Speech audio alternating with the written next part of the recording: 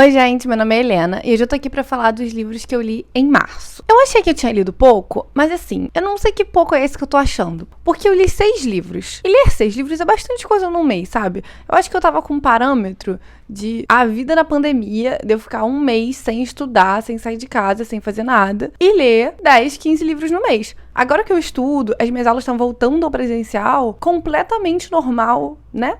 Então, lê 15 livros.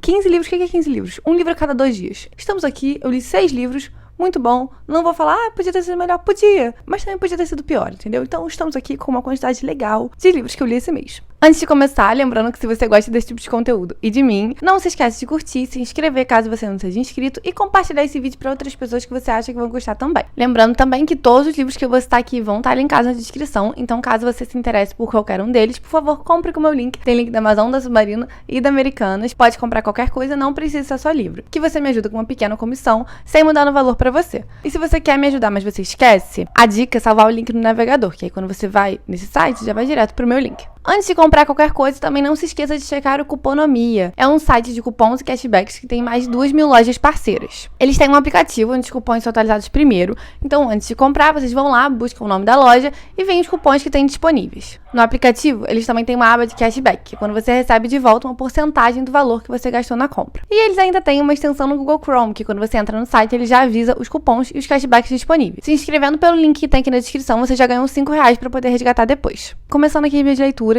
o primeiro livro que eu li esse mês é um que eu tava muito animada. Eu tinha visto ele no Booktube gringo ano passado, e aí ele chegou no fim de 2021 no Brasil pela Intrínseca, que é a antologia Forward.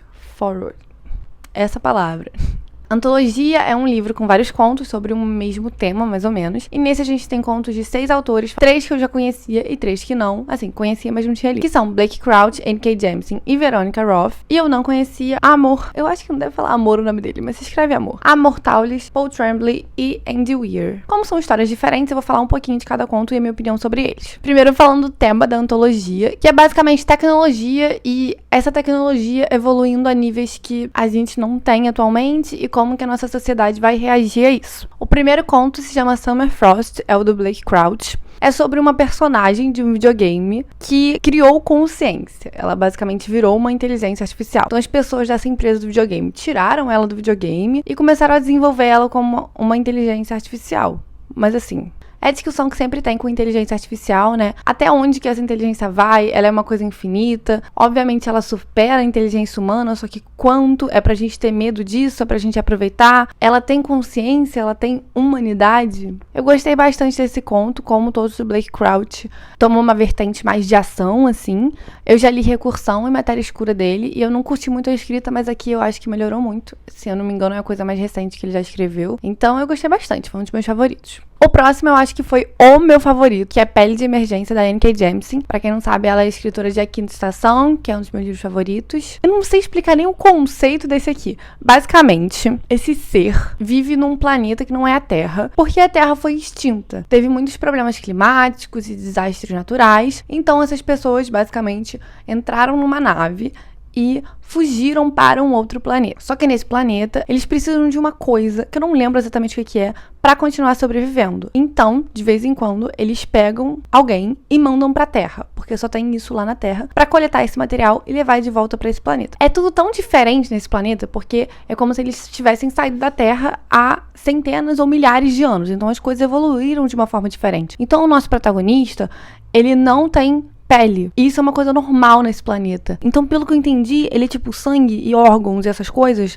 meio que dentro de uma armadura. Se eu não me engano, eles chamam de exoesqueleto. E uma coisa que eu amo na N.K. Jemisin é que as coisas não são explicadas pra gente. A gente tá sendo levado com esse personagem de acordo com situações e diálogos com outros personagens. A gente entende coisas do mundo dele que não tem necessidade dele ficar falando, porque ele já conhece, então assim, por que vai contar pra gente? E dessa terra, que também é uma novidade para ele. Nós dois estamos descobrindo. E outra coisa interessante é que o livro é contado em segunda pessoa. É inserido uma inteligência artificial dentro da mente do nosso protagonista, meio que pra dar instruções e guiar ele nessa terra, nesse planeta inóspito. Inóspito existe, né? Sem vida e provavelmente selvagem, talvez perigoso. E é muito bom.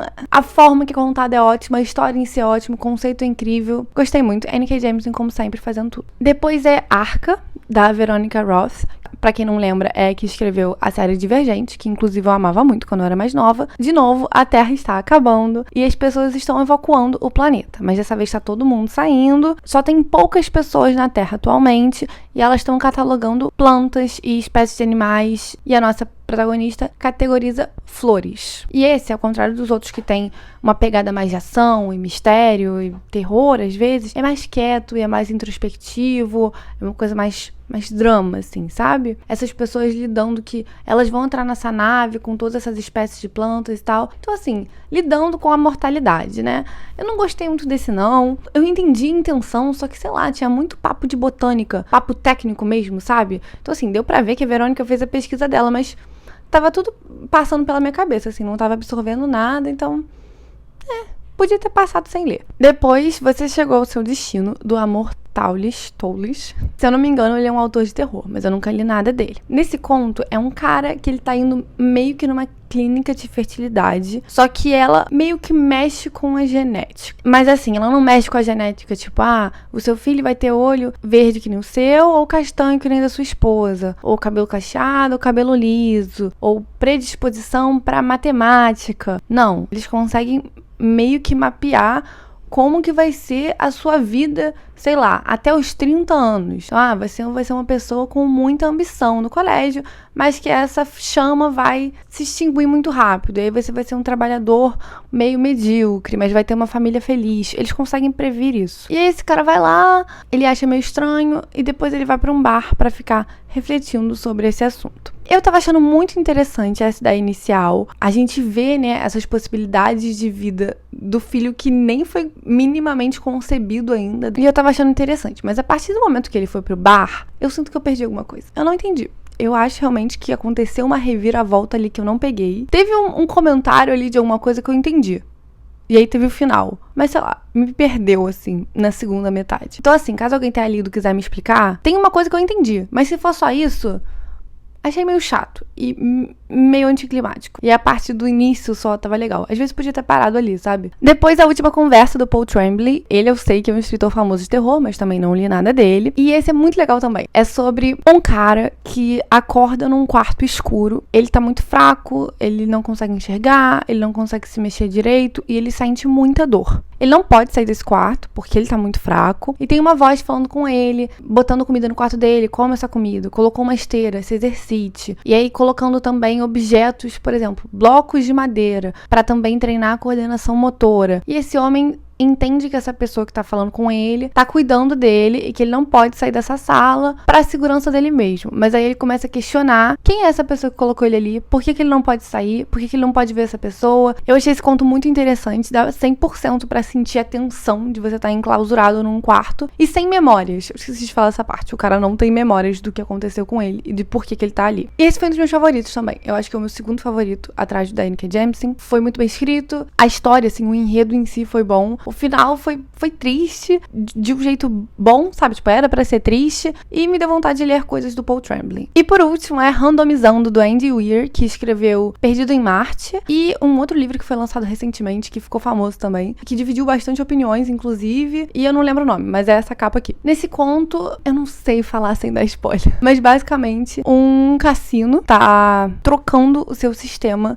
de randomização. Como assim, né? Tipo assim, jogos de azar, onde você paga e aí você tem que tirar 3 coroas. Ele vai meio que na sorte. Isso é uma coisa randômica, né? Randomização vem de random, que é aleatório em inglês. E aí esse cassino tá trocando pra esse sistema de... É alguma coisa de física quântica.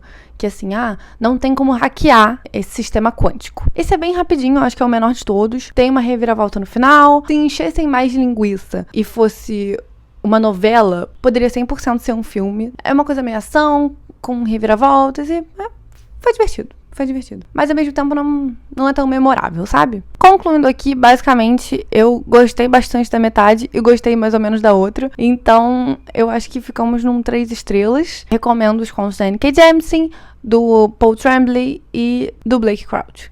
Eles em inglês estão disponíveis no Kindle Unlimited, se eu não me engano. Fiquei falando bastante tempo, né? Só que são 6 contos. Então, eu acho que tudo certo. O próximo livro que eu finalmente li, que vocês me recomendam há muito tempo, e agora estou eu aqui pra quê? Pra recomendar pra vocês, caso você não tenha lido ainda, é Eu Te Darei o Sol, da Jandy Nelson. Esse livro fala sobre o quê? Sobre o quê? Amor de irmão.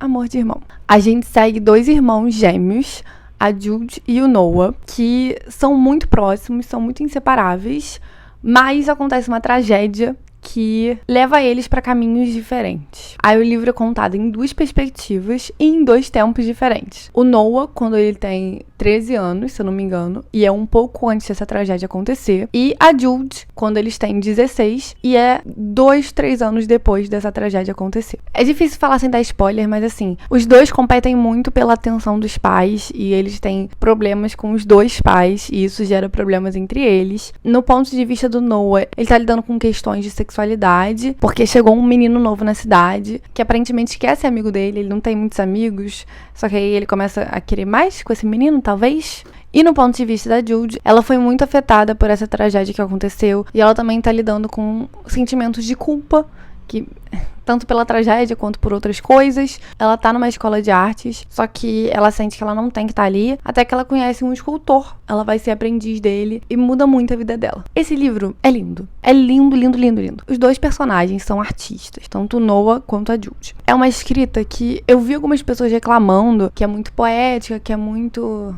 floreada, mas eu amei. O Noah, ele de vez em quando usa umas metáforas, não metáforas, mas assim, como um jovem de 13 anos que não tem tantos amigos percebe o mundo de uma forma diferente. Ele sempre fala que ele pinta na cabeça, assim, às vezes ele tá meio que viajando e ele tá pintando uma cena na cabeça dele. Olha que lindo, gente. Às vezes ele fala alguma coisa assim, tipo, os pais estão discutindo. Aí ele fala, e aí o meu pai pegou e enfiou a mão no peito da minha mãe e tirou o coração dela pra fora, mas ninguém pareceu reparar. A forma que ele tá interpretando as situações, sabe? E a Jude também. A Jude tá mais velha, mais melancólica também, por causa de tudo que aconteceu. Então é ela reencontrando o amor pela arte, que é uma coisa que ela tinha perdido. Eu me apaixonei muito por esse livro. Eu acho que ele tem defeitos, obviamente. Tem um romance, que eu não vou falar qual, né? Foi meio insta-love, sabe? Que é quando os personagens se veem e já estão apaixonados. Ah, Helena, mas eles são adolescentes, é meio que assim mesmo, tananã. Às vezes pode ser um comentário, né, a esse amor jovem, mas eu senti mais como se fosse almas gêmeas, predestinadas, tananã.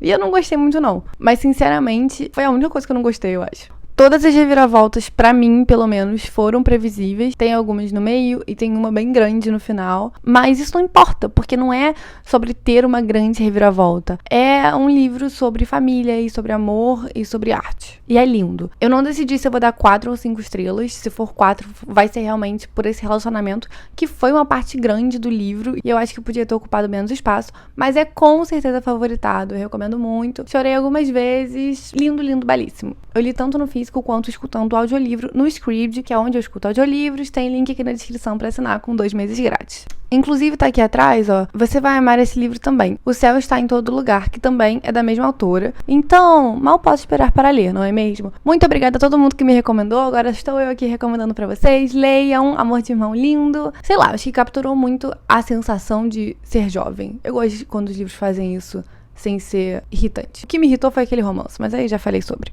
O próximo livro que eu li foi Os 100 Mil Reinos, da N.K. Jemisin. É o primeiro livro da trilogia... Não sei o nome da trilogia. Eu acho que o nome é 100 Mil Reinos mesmo. O segundo livro foi publicado recentemente aqui no Brasil pela Galera. E o terceiro eu acho que vai ser esse ano também, mas eu posso estar errado. Eu li esse livro com a Bonnie, do Leituras da Bonnie. É difícil dar uma sinopse desse livro. Basicamente é um mundo onde existem esses 100 mil reinos e existem deuses, de verdade. A mãe da protagonista, Yenny, acabou de morrer e ela é convocada para a residência dos Arameri, que é meio que a família que governa todos esses 100 mil reinos. É uma família muito poderosa. Ela é convocada para lá porque a mãe dela, na verdade, é filha desse chefe super poderoso. Ela fugiu para casar com o pai dela e ela foi deserdada. Mas agora que a mãe morreu, o pai chamou a neta pra ir lá morar com ele. E ela, obviamente, vai com muitas suspeitas, porque o que esse velho tá me chamando pra cá? Ele nunca me reconheceu como neta, não reconhece minha mãe como filha desde que ela saiu da família pra casar com meu pai. Saiu da família não, né? Basicamente foi expulsa da família. E chegando lá, ela descobre que ela está presa numa competição para ser a herdeira, a futura governante dos Arameri, que governa todos os 100 mil reinos. É ela contra os 2 primos. Ela não entende direito como é que funciona essa competição, mas ela tá lá e é um lugar muito perigoso e basicamente ganha quem não morrer primeiro. não é tão legal quanto eu tô fazendo parecer, mas tem a ver com morte, tem isso. E lá também tem 4 deuses que estão aprisionados há alguns milhares de anos. Teve uma rebelião entre os deuses, e aí o deus do dia, do sol, que eu não vou lembrar o nome, ganhou. Foi ele que abençoou os Araméria, por isso que eles governam até hoje. E eles também têm esses deuses prisioneiros para fazer as vontades deles, que são deuses que foram na rebelião e perderam, e agora estão prisioneiros. E aí a Anne tá presa nesse lugar, com várias pessoas que ela não confia, pessoas ruins, e com esses deuses que ela também não sabe se são bons, se são maus, se os interesses deles combinam com os interesses delas, e é muita intriga. Prendi o cabelo que tá muito calor aqui. Eu gostei desse livro, eu gostei da história, mas... eu gostei. Mas foi o meu menos favorito da N.K. Jemisin. A narrativa é meio confusa, a passagem de tempo é meio confusa. Esse negócio da batalha entre os herdeiros, pra mim, podia ter sido uma coisa muito mais emocionante. A história é meio lenta, quase não acontece coisa de ação, mas ao mesmo tempo parece que vai acontecer, só que aí, sei lá, acontece uma mini cena, aí acaba. Os personagens são muito aleatórios, eles vêm e vão muito rápido. Eu achei os personagens também pouco desenvolvidos. A mais desenvolvida foi a Yennefer, e nem tanto. Mas eu amei o Cier. Existe o Cier, que é um dos personagens, e ele foi o que teve mais tempo de página, então, consequentemente, o mais desenvolvido, na minha opinião. Mas, não sei, achei meio bagunçado e jogado. Achei tudo meio anticlimático. Parece que a história toda foi contada de uma forma meio apática. Eu não sentia medo das consequências de nada que ia acontecer. Como eu falei, esse livro é uma trilogia, mas esse livro aqui contou uma história. Aí o próximo livro é depois desse, mas eu acho que... eu não sei se é imediatamente depois, ou se é alguns anos depois, mas segue outros personagens. E o terceiro livro, se eu não me engano, é da mesma forma. Então, assim, a gente tá seguindo a história desses 100 mil reinos e da consequência dessa guerra entre deuses e da consequência desse final desse primeiro livro, que eu acho que é o que vai afetar mais os próximos. E eu achei isso muito interessante, que você tá explorando esse universo, não focado em alguns personagens, porque essa história aqui já tá bem fechada, sabe? Mas indo por outras perspectivas, sabe? Como que outras pessoas nesse mundo estão experienciando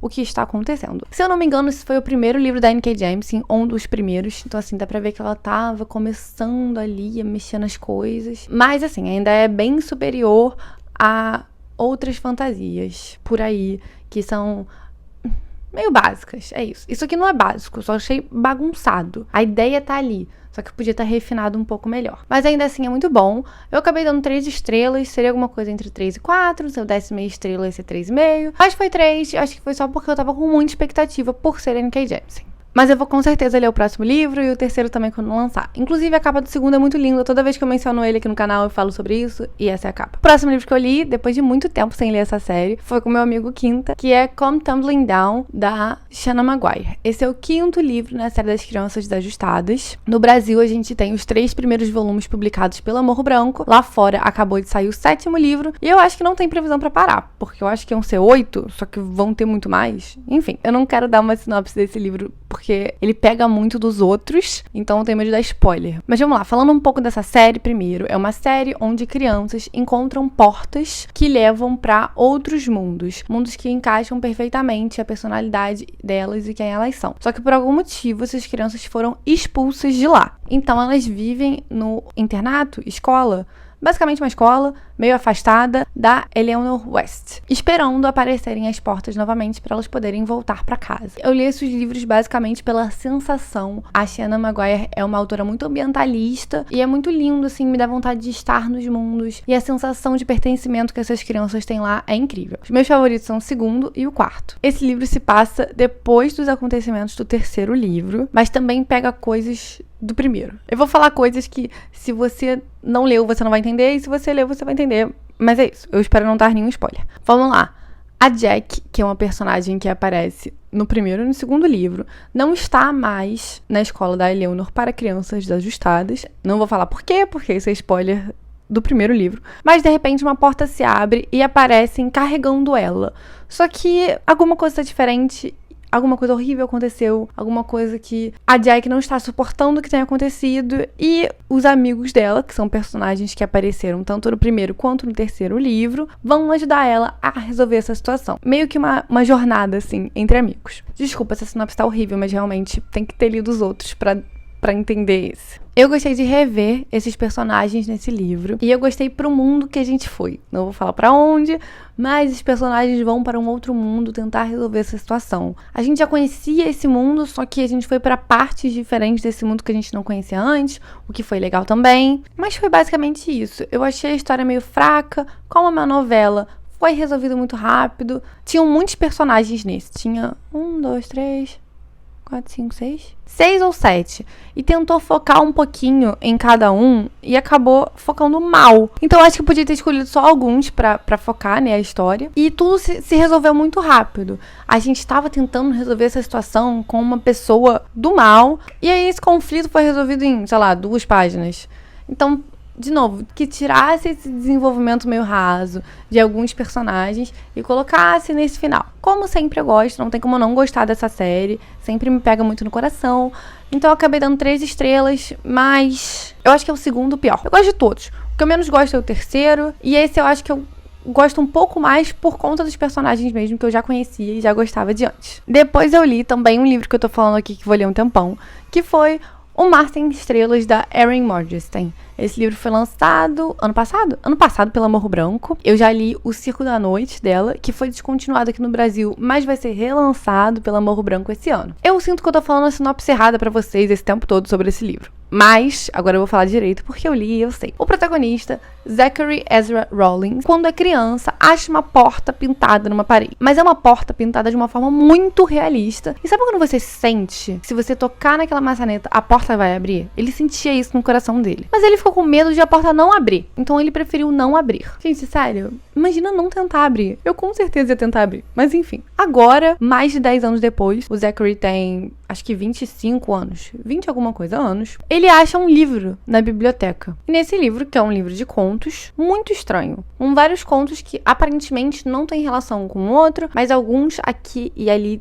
tem alguma relação, e no meio desse livro tem essa história de um menino que acha uma porta e decide não abrir. Não é uma mera coincidência. Falam da mãe do menino, que é vidente, e a mãe do Zachary é vidente. Falam até dos cadarços do sapato que ele estava usando no dia. Então ele fica muito curioso, ele fica muito assustado como que esse livro, que aparentemente é muito velho, mais velho do que eu, tem uma coisa que aconteceu comigo aqui nele. A partir daí ele começa a procurar na internet, começa a procurar pistas, e ele vai atrás de descobrir de onde que veio esse livro, como que isso é possível, e isso leva ele para aventuras. É difícil fazer uma sinopse desse livro. Vou ler a parte final da sinopse que tá aqui atrás. Navegando por bailes de máscaras e sociedades secretas, este é só o início de uma missão que o levará a um estranho labirinto subterrâneo às margens do Mar Sem Estrelas. Um mundo maravilhoso de túneis sinuosos, cidades perdidas, amantes eternos e histórias a serem preservadas, custe o que custar. Esse livro aqui é uma carta de amor a histórias. É muito lindo de ler, é muito belo. E ele é escrito de uma forma muito bonita também. A escrita é linda, óbvio, mas assim, o primeiro capítulo é o primeiro conto desse livro que o Zachary achou. Aí depois é um capítulo sobre ele. Aí depois o próximo é um capítulo desse livro que ele achou. Aí depois sobre ele. Quando ele vai achando outros livros, assim, peculiares, o livro vai alternando de novo. Um capítulo do livro que tá sendo falado aqui dentro e um capítulo da história do Zachary. Então, assim, é tudo muito interessante. Mas pra mim, foi lúdico demais. Isso aconteceu em Circo da Noite também. A Erin Morgenstern escreve uma história pela beleza da história. Então, assim, não necessariamente você precisa entender tudo que tá acontecendo ali. Mas nesse caso, eu queria ter entendido mais, porque eu sinto que dava pra entender, sabe? Eu não entendi porque eu não consegui. Tem muitas pistas e tem muitas coisas que lindamente vão se conectando ao longo da história. Uma coisa que você leu lá no início é mencionada lá no final e você finalmente entende, mas ficaram pontas soltas que eu, Helena, não entendi. Eu acho que realmente numa primeira leitura não tem como você entender tudo, e eu prefiro quando os meus livros são um pouco menos lúdicos, assim. No final ficou uma coisa muito louca, e aí, por mais que eu estivesse imersa na história, porque a Erin faz isso. Ela é uma autora muito atmosférica e eu tava sendo levada, eu preferia que fosse uma coisa menos abstrata. É isso. Esse livro é um pouco abstrato. Comparando com o Circo da Noite, eu prefiro o Circo da Noite. Eu acho que ele é um livro mais atmosférico que esse ainda, mas eu acho esse livro melhor. Mais bem escrito, mais bem construído, realmente lindo, mas o Circo da Noite me prendeu mais e eu entrei mais na história. Eu marquei bastante coisa, como vocês podem ver, porque a escrita é linda. Deixa eu ver se tem alguma coisa legal pra ler. Um diálogo. Todo mundo quer ser parte de uma história. Todo mundo é parte de uma história. O que as pessoas querem é ser parte de algo digno de ser contado. É aquele medo da mortalidade, aquela mentalidade de eu estava aqui e eu importava. É verdade, é lindo. Muitas coisas ressonaram? Eu não sei, eu acho que eu invento palavras às vezes. Muito comigo. Por exemplo, esse. O Zachary fala que ele é um agnóstico pagão. Espiritual, mas não religioso. Ele não diz o que está pensando. Que sua religião é ouvir histórias segurando o fôlego e estourar os tímpanos em shows noturnos e apertar perfeitamente os botões de luta contra os chefões de jogos. Que sua religião está enterrada no silêncio da neve fresca e um coquetel preparado com perfeição entre as páginas de um livro em algum momento depois do começo e antes do fim. Eu tô arrepiada, eu tô falando sério. Eu acho que é a que mais mencionam quando falam desse livro. Nenhuma história realmente acaba enquanto é contada. Resumindo, esse livro é lindo, é uma história lindamente construída, carta de amor a histórias. Fala sobre amor, fala sobre ter medo e sobre fazer as coisas mesmo assim, o que é coragem, e sobre ter medo e as decisões que você toma por conta do medo, que nem sempre são decisões certas. Não tem nenhum vilão nessa história. E é lindo. Eu recomendo. Eu dei 4 estrelas. Saiba que você não vai entender nada no início e talvez você também não esteja entendendo nada no final. Mas eu acho que vale uma releitura que você vai pegando coisas que você não pegou da primeira vez. E o último livro que eu li esse mês, que vocês já sabem qual é, eu espero, é Viúva de Ferro, de Shiran Jaisal. Eu já fiz um vlog de leitura inteiro, exclusivo pra esse livro, então eu vou deixar aqui nos cards. Eu só vou falar umas coisas que eu não sabia na hora que eu gravei o vlog e agora eu sei. São coisas meio inúteis, mas enfim. Primeiro, muitas pessoas comentaram que a sinopse parece um anime chamado Darling in Franxx. Eu vou digitar aqui embaixo. E eu não conheço. Mas, aqui ó, caso você conheça, a sinopse parece. Eu não sei se o resto da história parece, porque eu não conheço o anime, eu só li o livro. Mas fica aí essa informação. Também um comentário da Nayara Cristina, porque no meu vlog eu reclamei que tinha muita comparação, muita analogia. Estou tão feliz quanto um cachorro abanando o rabo. Mas assim, a cada página tinha isso, tava começando a me irritar. E a Nayara comentou: essa questão da escrita de comparações é tão chinesa. Faz uns anos que entrei no mundo de novelas e livros chineses. Acabei me acostumando porque é uma coisa cultural dele. Eles gostam de metáforas, gostam de brincar com concepções e tal. Legal, né? Porque o livro é inspirado na história da China. Eu também reclamei da foto. Eu não reclamei, mas eu dei uma gastada. Que a foto de Shiran de Autori é essa daqui. Eu fiquei, legal. E aí, Enuji comentou: Eliana, em relação à foto é o seguinte: Shiran e os amigos fizeram um acordo, aposta, que se um dia eu publicasse um livro, a foto na parte de conhecer o autor seria essa. Então assim, achei divertido, achei legal. Não tô mais julgando. E outra coisa que eu descobri é que esse livro é inspirado numa imperatriz, não única imperatriz chinesa. Eu não sabia disso porque eu não leio sinopse, né? Porque tá na sinopse da Amazon. Mas tá escrito assim: em Viúva de Ferro, Shiran Jaisal constroem com maestria um universo audacioso e original, unindo ficção científica, fantasia e elementos da história chinesa ao reimaginar a jornada da primeira e única imperatriz da China, Wu Zetian, em um futuro distópico, ameaçador e eletrizante. Eu sabia que era inspirado na cultura chinesa, mas não na história de uma imperatriz específica. Eu adorei, muito incrível, quero inclusive pesquisar mais sobre isso. Enfim, eu curti esse livro, ele é mais movido pelo enredo e eu queria que tivesse um desenvolvimento maior nos personagens, mas eu espero que o segundo livro lide com isso. Eu acabei dando 3 estrelas,